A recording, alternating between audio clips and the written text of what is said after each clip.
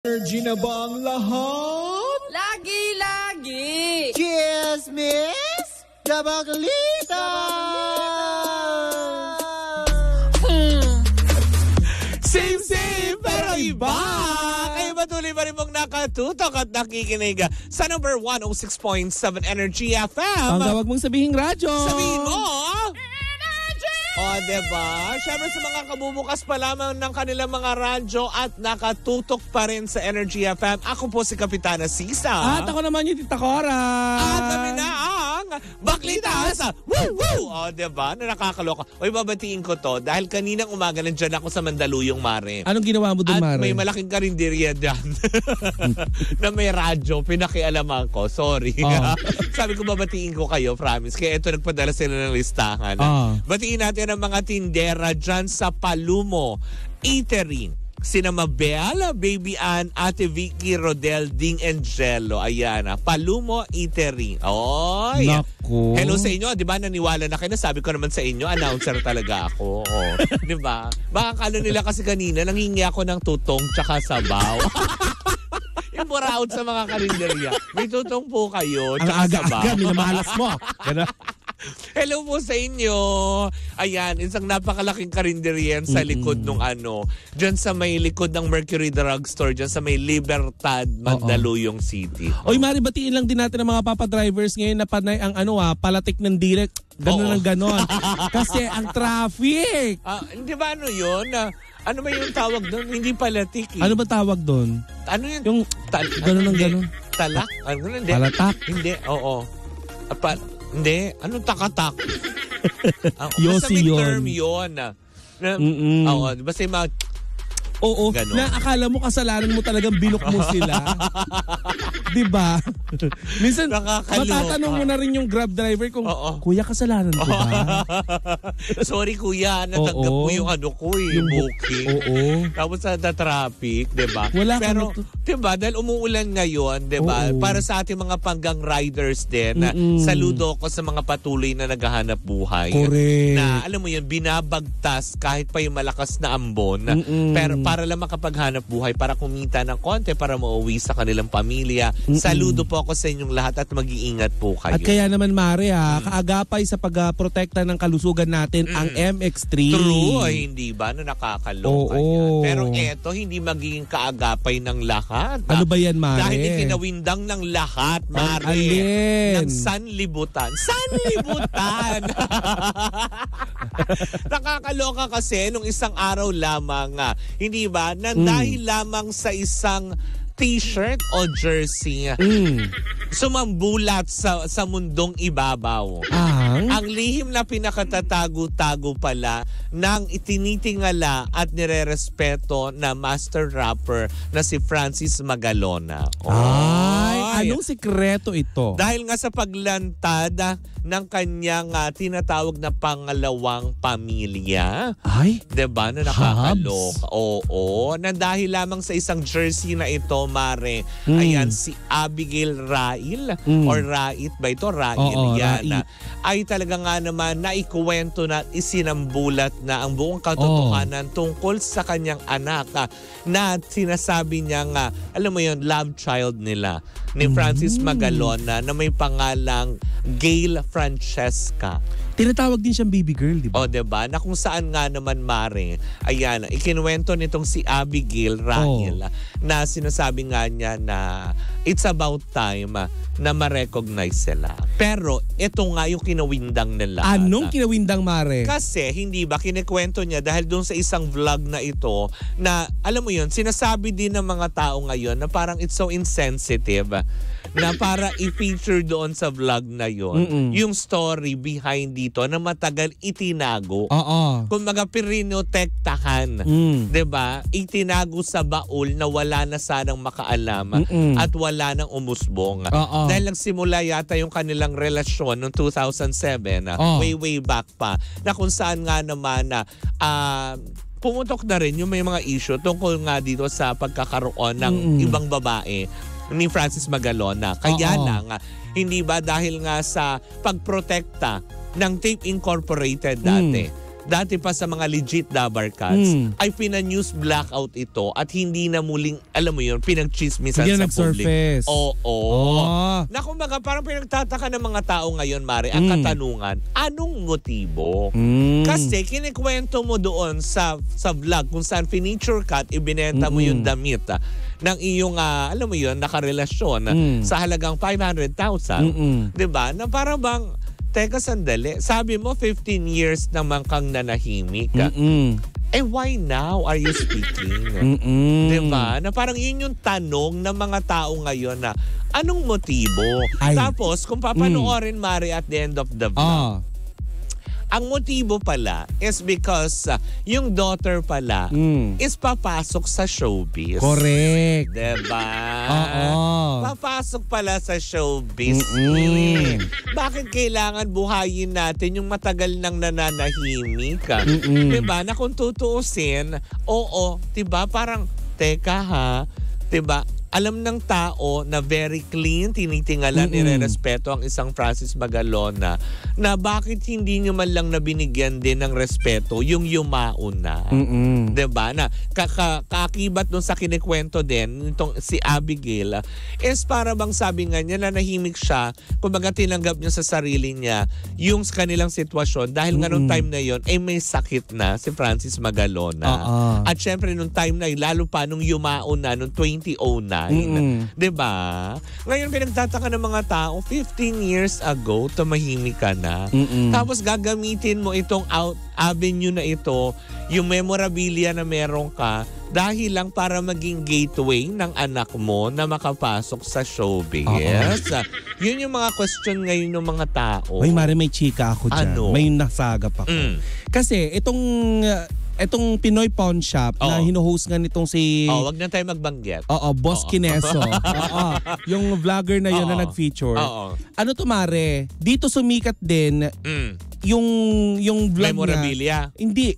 Kasi with last year... Hindi kasi unang nagbigay ng memorabilia si Pia. doon. Pia tsaka si Maxine Magalona. Kaya nag-boom. Yung legit. Yung legit na pamilya ni Francis Magalona. Ngayon, Mare, bago pala in-upload yung video, na ngayon ay umaani na ng 15 million views sa Facebook, ay Mare, nag-message daw itong si vlogger. Pero ang nakakaloka, hindi daw nag-message kanino? Kay Pia Magalona. Ana? Oo, na i-upload nga daw niya ito. Ay, yung tungkol dito? Yes. Nagpaalam daw siya. Pero hindi daw nag-reply itong si Pia Magalona. So it means no. Iyon ang hindi natin alam. Diba? Ngayon, Mare, bago pa daw mangyari itong pag-upload, binalaan na din niya itong si Abigail Rait na maaring mabash po kayo, ha? Sigurado. Ngayon, Mare, talaga na pinuputakting, Mare. Oo. Ngayon, Mare, ito palang nag-aartistang bata na to ay dati pang nag-aartista pero hindi hinahayag na siya ay anak ni... Isang Magalona. Oo, na isang Magalona.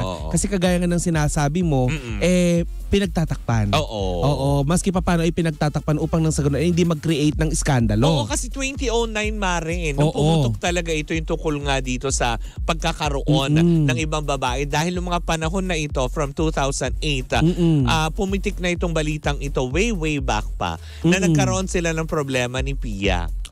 Diba? Na hindi rin isinapubliko, walang nagsalita. Diba? Tapos 2009, nung nagkasakit na nga ito, mas pinili ng Tape Incorporated dahil kasama pa nila yung dating legit Dabar Cats at kasama doon si Francis Magalona na protektahan yung issue na wag nang mabahiran pa para hindi na rin, alam mo yon, mapangutian dahil nga may dinaramdam or may dinadanas na karamdaman eh. Diba? Ngayon, Mare, etong chika. Kasi diba marami mga basher na nagsabi na, ay nako, bukod sa iniskandalo mo na yung pamilya. Actually, diba? My God, nasa skandalo tuloy ngayon. Ngayon, yung 500,000 na pinagbentahan ng gamit na binigay ni Francis M, eh sabi ni Abigail Rait, igagamitin daw yun sa pag-aaral ng kanyang anak. Which is maganda naman talaga. Okay naman. Ngayon, Mare, ang nakakaloka nito, Mare. Ay, naku, nakakaloka nito. Nababash din pati yung nag-upload. Kasi nagbigay ito ng avenue dun sa mga tao na malaman kung ano yung katotohanan. O, diba? Tsaka isa pa, para mayurakan ang pagkataong iniingat-ingatan. Tsaka yung tipong tingin ng tao ngayon kay Francis M. Ha? Talaga ba? Kaya tuloy ngayon, pag nababasa natin on social media, mababasa nyo po to kahit saan. Na diba, ang kanilang quote lang dito is wala talagang lihim na hindi nabubunyag. Diba, yung mga ganong aspeto. At napakabilib ako, lalo yung ibang netizen, Mare. Nung sinabi nito, nung kinikwento na, nung Abigail Rail ito, doon sa Pawn Star na yun, kung saan nga naman na pawn po hindi po yung iba po yung dinig nyo. Pawn Star, ibig sabihin sanlaan po ito. Yan. Yes, yun po. Parang ang tingin ng tao is parang tipong, anong meron? Anong motibo mo? Diba? Na bakit kailangan ngayon? Pwede mo naman ibenta yung mga memorabilia without telling the story behind pa. Hindi na kailangan ipakita mo pa yung mga ebidensya na may mga picture na nag-I love you-hang kayo. Na alam ng tao nung mga panahon na yon ay si Francis Magalona ay may asawang tao. Diba? And which is si Pia Magalona yon. Ang tanong dyan, Mare, kasi syempre yung publiko, alam natin na yung publiko ay walang kaalam-alam na may anak si Francis M. sa labas. Wala. Diba lahat talaga nagulat Ilang araw pa lang, 2 days ago. Diba? Ngayon, Mare, ang tanong, yung mga kapatid kaya ni Maxine or si Maxine or si Miss Pia, kanila kayang tinatanggap ito? Or kinikilala yung sa bata? ngayon, Mare, kasi tahimik pa din daw yung buong Magalona. Magalona family. Wala pang Even yung mga Magalona siblings, wala pa din komento tungkol dito. Pero dahil sa malaking skandalong sumambulat ngayon na hindi rin nila ine-expect. Kasi para sa kaalaman po ng lahat, yung existence yung pagkatao na lang ni Abigail ay very full aware naman daw pala doon si Pia. Kung alam ni Pia ang lahat ng storya. Yung tungkol doon sa pagkakaroon ng, alam mo yun, ng side bet, pagkakaroon nila ng anak. Very much aware daw dito si Pia Magalona. Pero mas pinili niyang tumahimik at alagaan si Francis Magalona during the time na siya ay nakikipaglaban sa sakit na cancer. At Maria, paalalahanan lang natin ang ating mga pangga. Habang ikaw may halak, diba? Ayan na naman yung halak. Paalalahanan lang natin ang ating mga pangga na yung si Abigail, maaaring siguro, di ba, magalit kayo sa kanya. Pero dun sa bata, wag naman natin siyang sisihin kasi wala siyang kasalanan. Wala siyang kamuwang-muwang dito sa mundo. Pero, syempre, dahil din sa ginawa nilang paglantad, hindi may iwasan. Yun nga sinasabi ko, Mare, believe ako sa kanya at ang mga utawnes kasi during dun sa vlog na yun, sinabi niya, Mare, handa naman akong mabash sa paglantad na to. Diba?